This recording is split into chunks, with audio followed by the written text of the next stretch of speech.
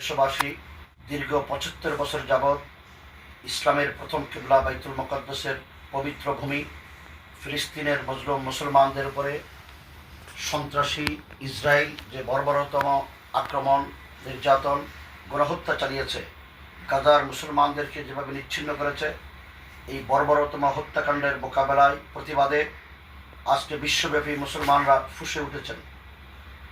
আগামী 12 এপ্রিল শনিবার বিকেল 3টায় প্যালেস্টাইন সলিডারিটি মুভমেন্টের ব্যবস্থাপনায় ঢাকার শাহবাগ থেকে মানিক মিয়া এভিনিউ পর্যন্ত মার্চ ফর গাজা অনুষ্ঠিত হবে।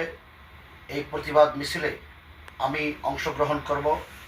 আপনারা সকল মুসলমান মানবতার পক্ষের সকল শক্তিকে এই মিছিলে অংশগ্রহণ করার জন্য সবিনয় অনুরোধ করছি।